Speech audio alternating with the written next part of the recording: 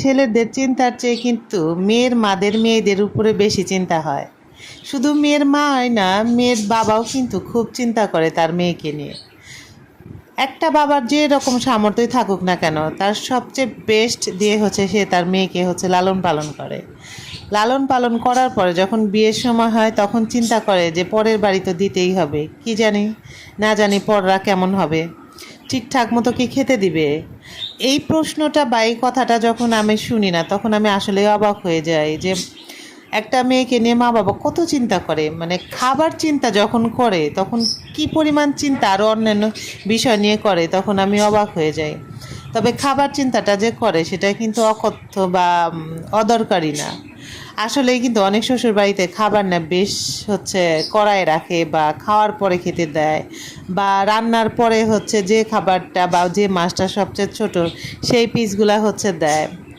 তো এটা বলার আর একটা কারণ আছে। আমি বলি না যে এই রান্নাটা এই খাবারটা আমি এরকম খেতে পছন্দ করি, বা এই জিনিসটা আমি পছন্দ করি, বা আমার পরিবারে সবাই এটা পছন্দ করে, বা আমি যদি পছন্দ করি এটা আমি বারবার ঘুরে ঘুরে খাই।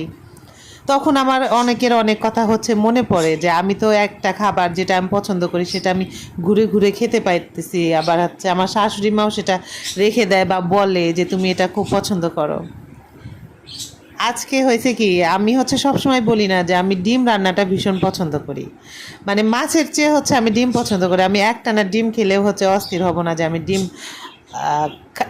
কেন খাচ্ছি।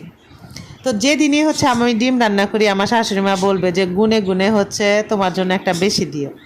আর ইস্তাকে দাদিমা হচ্ছে সকালবেলায় এমনিতেই হচ্ছে 2টা ডিম হাফ সিদ্ধ খায়।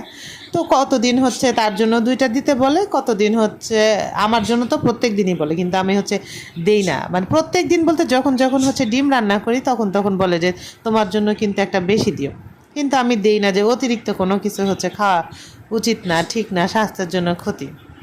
তো এই জন্যই আজকে বলতেছি যে অনেক শ্বশুর বাড়িতে আছে যে ছেলের বউদের খাবার খাওয়া পছন্দ করে না, দেখা পছন্দ করে না।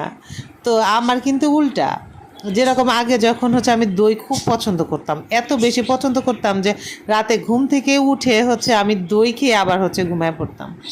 তো ওই সময় থেকেই হচ্ছে তাকে দাদিমা বলতো যে এই দইটাই হচ্ছে তোমার আর এটা হচ্ছে আমাদের। তো তাদের থেকেও আমি খাইতাম, আমারটা তো আমি খাইতামই। তো কোনো দিনও খাবার কষ্ট কী জিনিস বা খাবার কি বলবো, এটা বলতেও তো লজ্জা করতেছে। মানে আমি কোনো দিন বুঝি নাই যে শ্বশুর বাড়িতে আসলে খাবার কষ্ট করতে হয়। এই জন্যই বলতেছি যে এই ছোট্ট একটা সিম্পল জিনিস যে ডিমটা আমি এত পছন্দ করি, অনেকেই কিন্তু ডিম হিসাব করে খরচ করে। তো আমার শাশুড়ি মা এই জিনিসটা খুব